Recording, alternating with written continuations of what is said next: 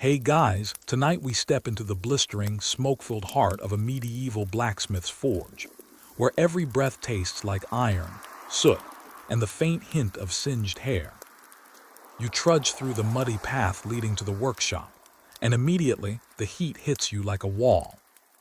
Your skin prickles, your lungs tighten slightly, and you realize that, you probably won't survive this without a serious dose of grit and maybe a small miracle.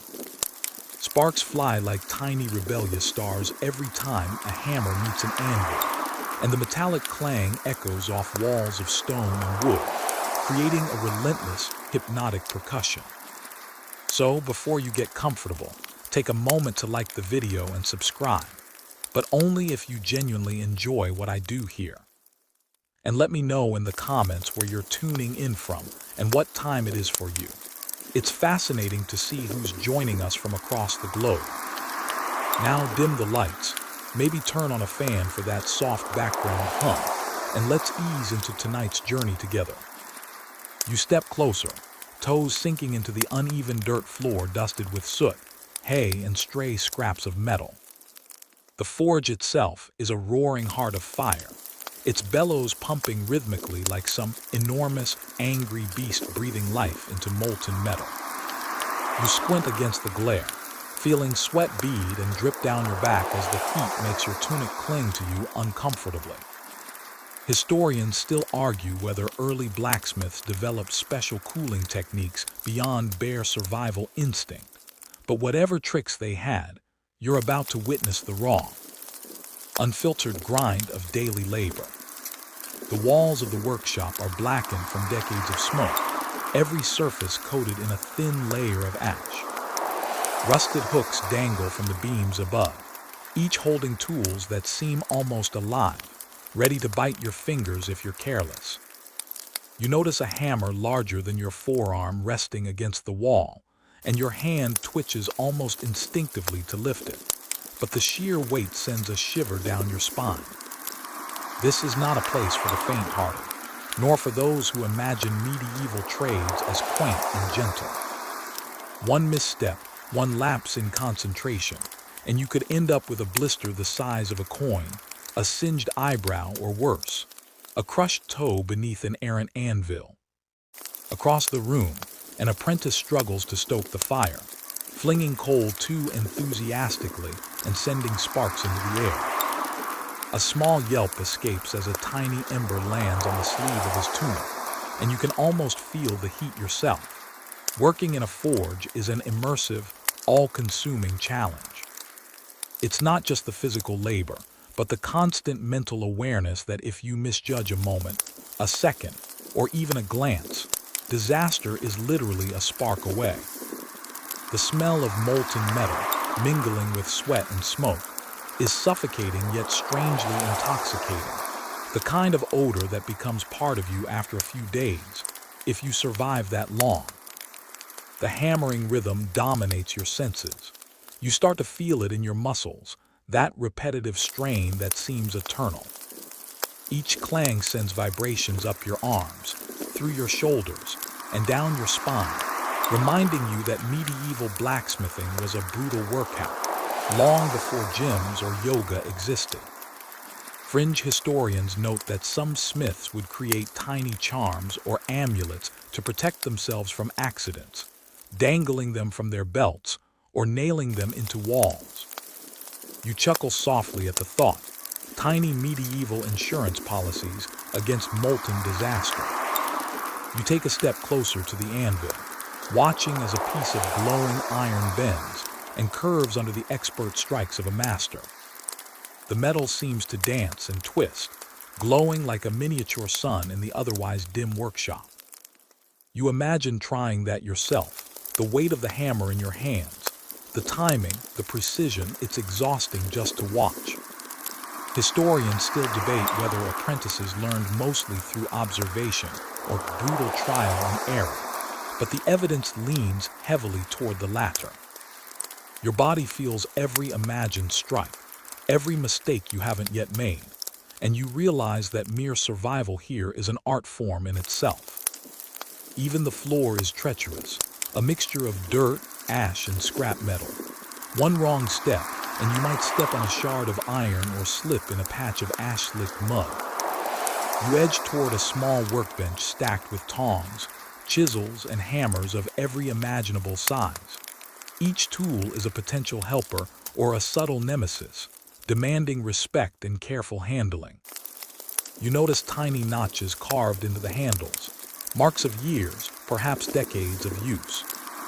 You wonder how many fingers were lost, how many hands were burnt, and realize that medieval blacksmithing was as much a story of endurance as it was skill. A bellows hisses in the corner, pumping hot air into the forge, and you can practically feel the pulse of the fire matching your heartbeat. It's mesmerizing and terrifying all at once.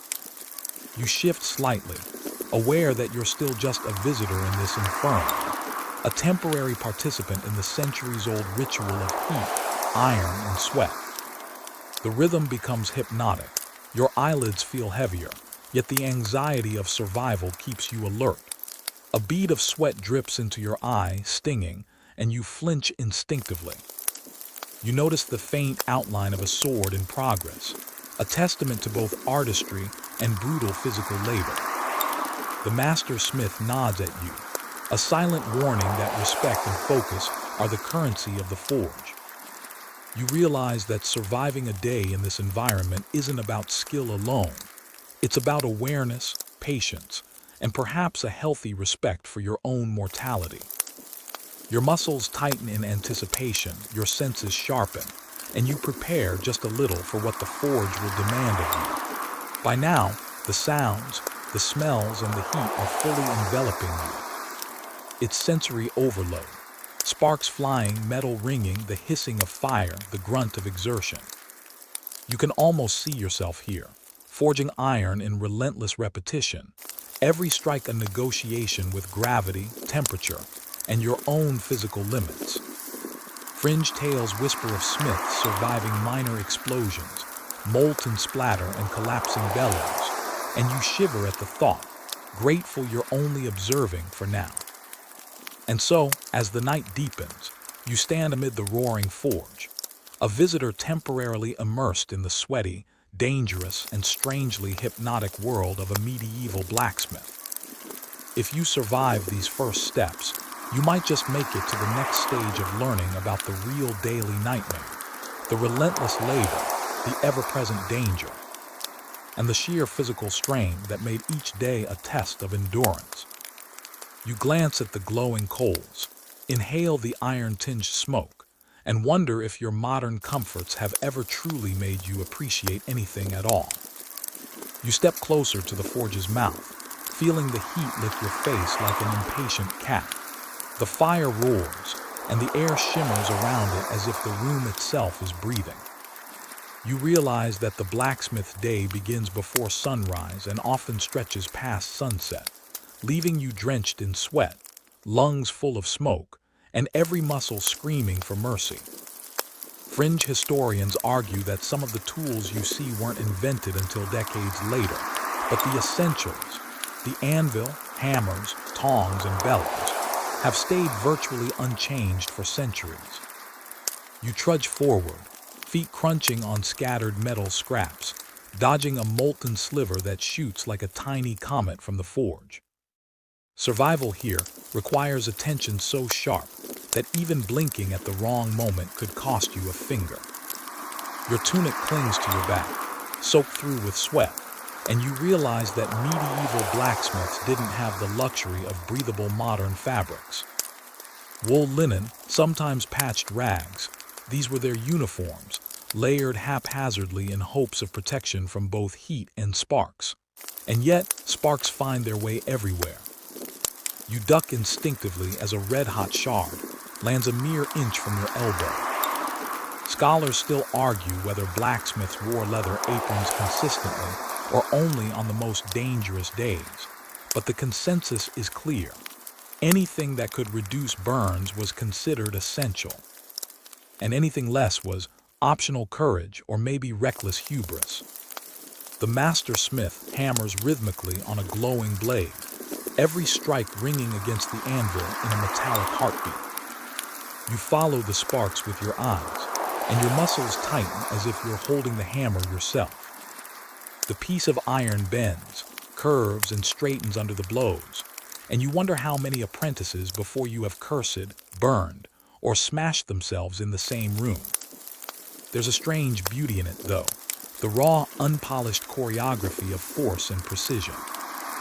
Each movement is honed by decades of practice and countless tiny injuries, and the outcome is something functional, maybe even magnificent, if it survives the forge intact. Around the room, small coals glow like scattered embers of a dying dragon, while stray tools lean precariously against walls and benches. You spot a pile of scrap metal that seems haphazard, yet somehow every piece has a purpose. Tiny rods, half-formed nails, bent plates, all waiting for the smith's attention. Fringe stories claim that smiths would sometimes use leftover metal to craft tiny charms for luck, dangling them around the workshop.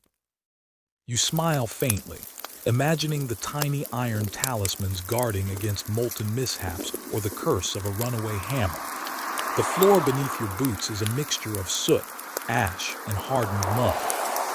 You tread carefully, mindful that a single slip could result in stepping on a jagged metal shard or into a shallow puddle of cooling slag. Even the most careful steps demand respect, because the ground itself seems to conspire with the forge to keep you on edge. Every noise, the clang of hammer, hiss of bellows, occasional grunt of the smith, creates a layered symphony of danger.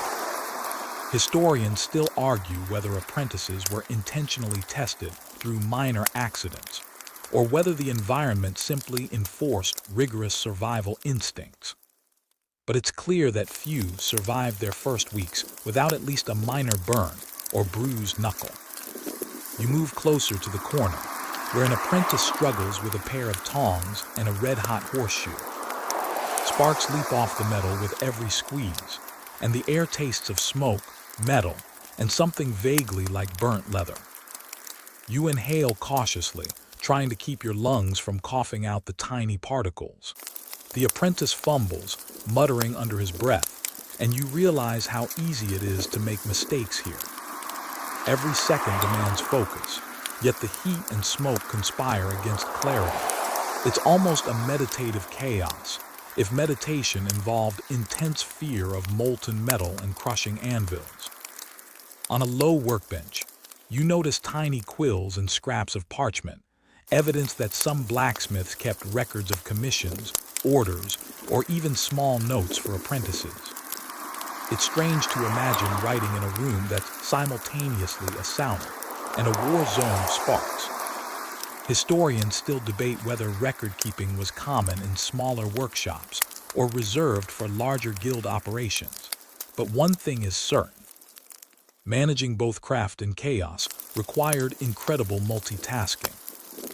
You trace your fingers along the edge of the table, careful not to disturb the scattered hammerheads. A sudden hiss from the bellows grabs your attention. The master smith swings a hammer in a practiced art, and molten metal flares for an instant, illuminating the dark corners of the room. You flinch, heart racing, and note that reflexes are as essential as strength in this profession. Apprentice or observer, one careless step and you could end up with a fiery mark to remember forever. You can almost feel the smoke curling into your lungs, the smell of burning coal settling in your hair, and the faint metallic tang clinging to your skin. You glance at the walls, covered in soot and faint streaks from past fires, and realize that these rooms have stories embedded in every corner. Burn marks, dents and scratches all speak to centuries of labor, mistakes, and triumphs. Fringe historians note that some workshops intentionally left marks on walls to track heat patterns or sparks. Flight paths, a primitive, almost ritualistic form of safety science. You take a step back, absorbing the chaotic beauty and danger coexisting in one confined space. Moving past the central forge, you spot a wooden bucket of water nearby, its purpose obvious. Quick cooling, accidental splashes, and perhaps minor first aid. You realize that survival isn't just about mastering metal. It's about using every tool and resource to avoid disaster. Even a splash from that bucket could mean a sudden cloud of steam or a slippery patch on the floor, and you tread with care. Every element, the fire, the tools, the floor, and even the air itself, demands respect, vigilance, and sometimes a bit of luck. At this point, your senses are overwhelmed. The clang of hammer, hiss of fire, and occasional grunt form a relentless auditory pattern. You notice your hands twitching, wanting to grab a hammer to try just once, but you resist. Observation is survival, at least for now. Scholars still debate whether apprentices learn faster by doing or by watching, but it's clear that careful observation is a crucial first lesson. You feel the rhythm of the room, the energy of the forge, and the pulse of centuries of labor flowing through the stone and wood around you. Finally, you take a moment to notice the faint glow of a half-finished sword. Its surface glimmers with promise, reflecting the orange light and making you almost forget the danger surrounding you. This object, simple yet powerful, represents every challenge, every skill, and every hazard of the blacksmith's life. You realize that medieval blacksmithing was less about artistry alone, and more about endurance, focus, and the delicate negotiation between fire, iron, and human flesh. The day stretches on, yet the room seems suspended in this constant, fiery rhythm. You imagine spending hours in this heat, the repetitive strikes, the smoke, the sweat, and you shiver just thinking about it. By the time you step out, the sun low in the sky, every muscle aches, lungs rasp, and your senses still hum from the intensity. Medieval blacksmithing wasn't just a job. It was a daily test of resilience, patience, and courage. A vivid reminder that surviving each day was an achievement unto itself. You step into the small, dimly lit quarters of the blacksmith's forge, where raw iron meets human willpower in a daily contest of sweat, smoke, and sparks. The air is thick with heat, dust, and the metallic tang of iron. Your boots crunch over scattered bits of slag and charred coal, and you instantly realize that comfort is a foreign concept here.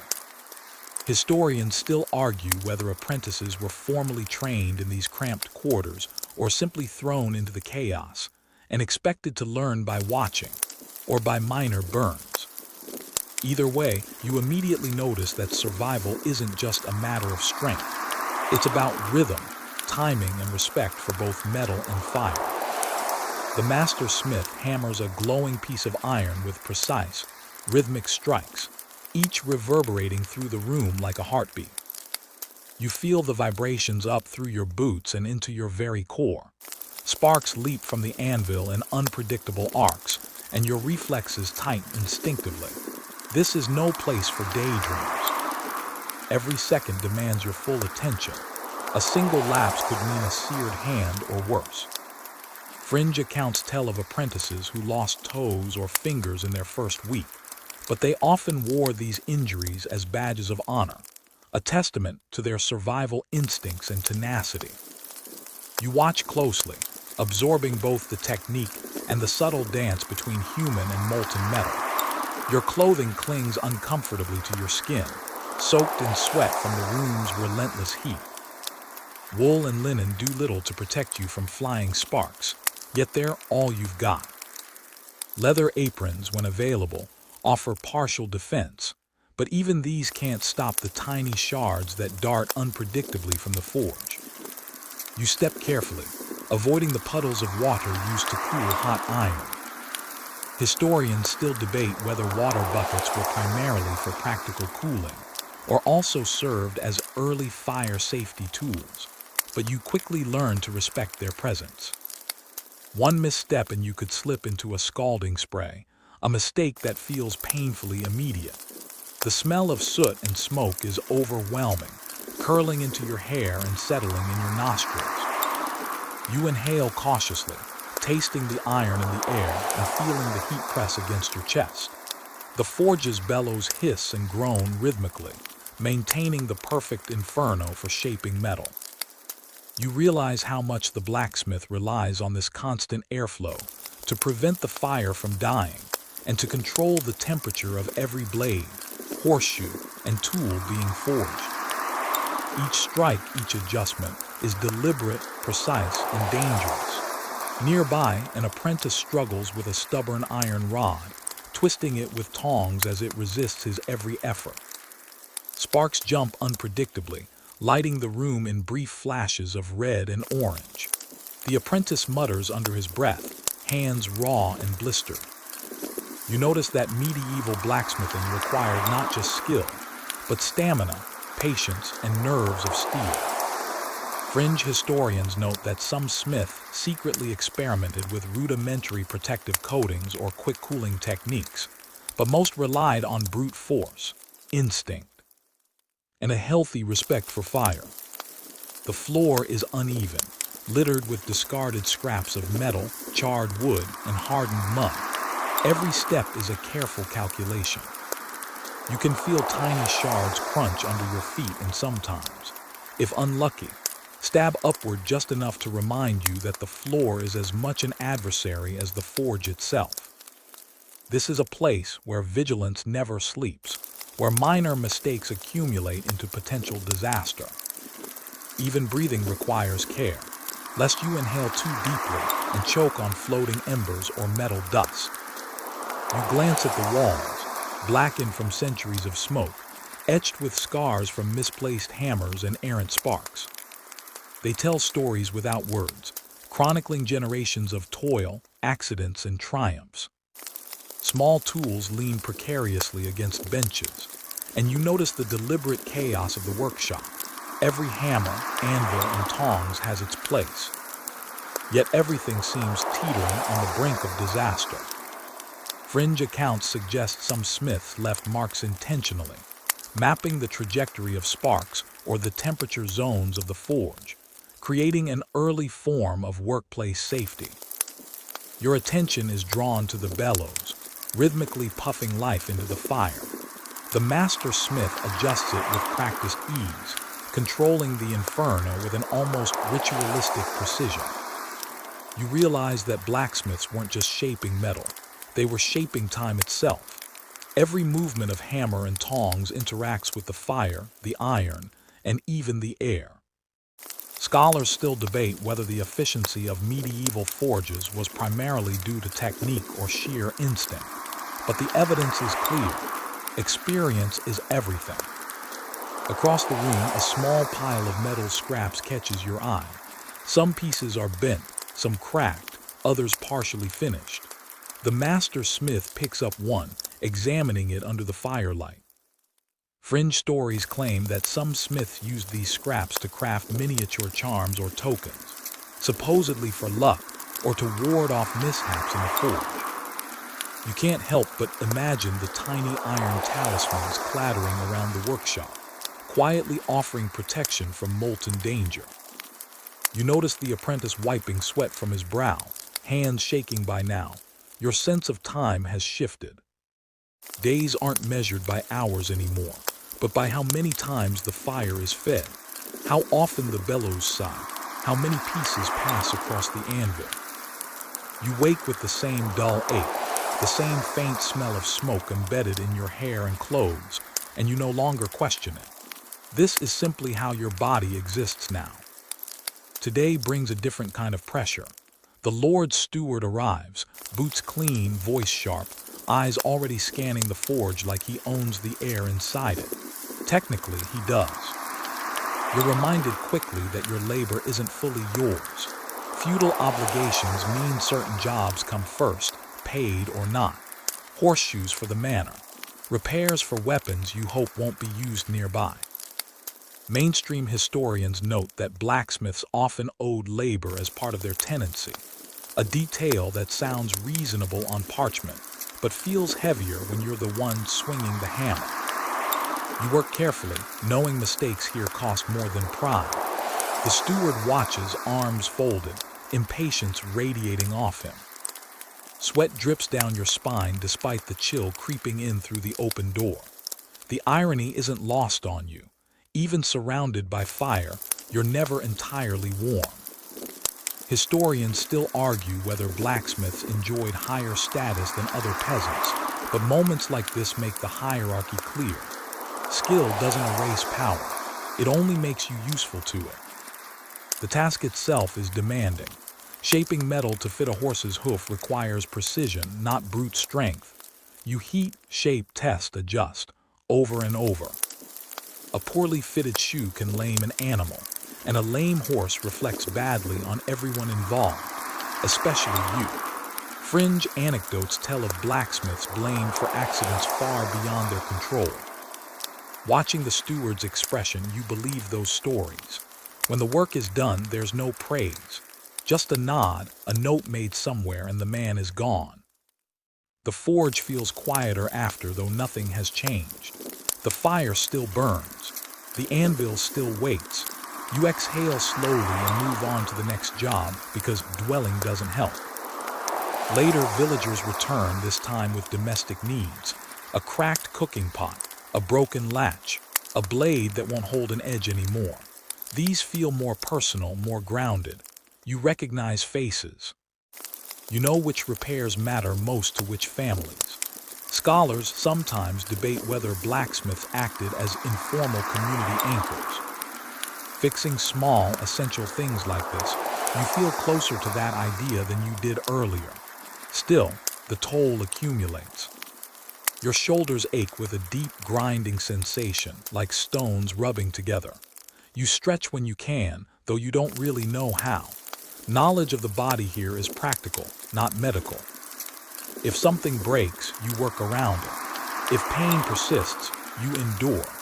Mainstream sources suggest many blacksmiths worked well into physical decline, simply because stopping wasn't an option. The forge teaches you patience in strange ways. Metal refuses to be rushed. Hit it too cold and it cracks. Push too fast and it warps. You learn to wait, to breathe, to let heat do half the work. There's a lesson there one historians still argue about, whether craftsmanship shaped mindset or mindset shaped craftsmanship. Standing at the anvil, you suspect it went both ways. As evening approaches, you notice your reflexes slowing. A hammer blow lands slightly off-center, sending a vibration up your arm that makes your teeth buzz. You pause, gripping the handle until the sensation fades. These small warnings add up. Older smiths talk about the shake, a tremor that never quite leaves. You wonder if that's waiting for you too. When the forge closes, you linger for a moment longer than usual. The glow of embers is low, steady, almost calming. Fire, for all its danger, has become familiar, almost comforting. You bank it carefully, as you've been taught, knowing a single mistake could mean starting from nothing tomorrow. The trust placed in you here feels earned, but fragile. Lying down that night, you replay the day in fragments. The steward's gaze, the rhythm of horseshoes, the quiet gratitude of villagers. Your body hums with fatigue, but your mind stays oddly alert. You realize that surviving as a medieval blacksmith isn't just about muscles and skill. It's about navigating obligation, expectation, and exhaustion all at once, without ever letting the fire go out. You start noticing the weather more now, not because it's beautiful, but because it changes everything. Damp days make the forge stubborn. Charcoal burns differently. Metal heats unevenly. Your hands feel slower, heavier, like they're wrapped in someone else's gloves. Winter creeps closer, and with it, a new layer of difficulty. Cold air bites at your skin the moment you step outside, then vanishes the instant you return to the fire, replaced by suffocating heat. Your body never settles. It's always adjusting, always behind. Winter work is relentless. Villagers need tools repaired before snow locks the ground. Horseshoes must be secure. Broken hinges can't wait until spring. Mainstream history tells us blacksmiths were busiest just before and during winter, when preparation meant survival. You feel that urgency in every rushed request, every anxious face hovering near the anvil. Nobody says it out loud, but they're thinking it. If you fail, we all feel it. Fuel becomes a quiet obsession. Charcoal piles shrink faster in the cold. Wet wood smokes instead of burns, filling the forge with choking clouds that sting your eyes and coat your throat. You learn to hoard dry fuel like treasure. Fringe accounts mention blacksmiths bribing charcoal burners or trading favors just to keep fires hot enough. Watching the pile dwindle, you understand why. No fire means no work. No work means no food. Your clothing offers little protection. Wool helps, but sparks chew holes through it, and sweat freezes the moment you step away from the hearth. You exist in a constant state of half-damp discomfort. Historians still argue whether medieval workwear was adapted enough for these extremes, but your chapped skin and cracked lips suggest good enough was the standard. Comfort was never the goal. Endurance was. The forge itself changes in winter. Smoke hangs lower, refusing to rise. Your lungs burn more often now, each breath a reminder of what you trade for warmth. Older smiths warn you not to cough too hard. Something about ruptures. You nod, filing it away alongside dozens of other quiet dangers no one writes down. Workdays stretch shorter in light but not in effort. You hammer by firelight more often, shadows dancing wildly on the walls. The flicker plays tricks on your eyes. For a moment, molten metal looks alive, shifting like liquid gold. There's a fringe belief that blacksmiths learn to read omens in these movements. You don't see prophecies, you see fatigue. Still, you can't deny how mesmerizing it is. With winter comes sickness. People arrive pale, voices weak, asking for small repairs because that's all they can manage. The forge becomes a place of brief warmth and quiet confessions. Coughs echo, hands tremble. Historians debate how often blacksmiths acted as informal healers simply because they controlled heat. Today you warm a blade for cauterization. You don't ask whose blood it will stop. Your own health feels fragile. Small cuts heal slower now. Burns linger. Sleep grows lighter, interrupted by dreams of fire dying, embers cooling too fast. You wake with a jolt, heart racing, only to realize you're safe for now. The anxiety sticks with you, a low hum beneath everything else. When evening finally settles, you move slower, deliberately. Every task takes more effort, but skipping steps is dangerous. You bank the fire with extra care, layering ash just right. The ritual feels almost sacred. Scholars still argue whether blacksmithing fostered spiritual habits, but you can see how repetition turns into reverence. As you lie down, winter wind rattles the walls outside. Your hands ache deeply, but they're still steady. That feels like a victory. You realize that surviving a medieval blacksmith's life isn't about mastering fire once. It's about mastering it again every day, under worse conditions, with less strength and no promise of relief.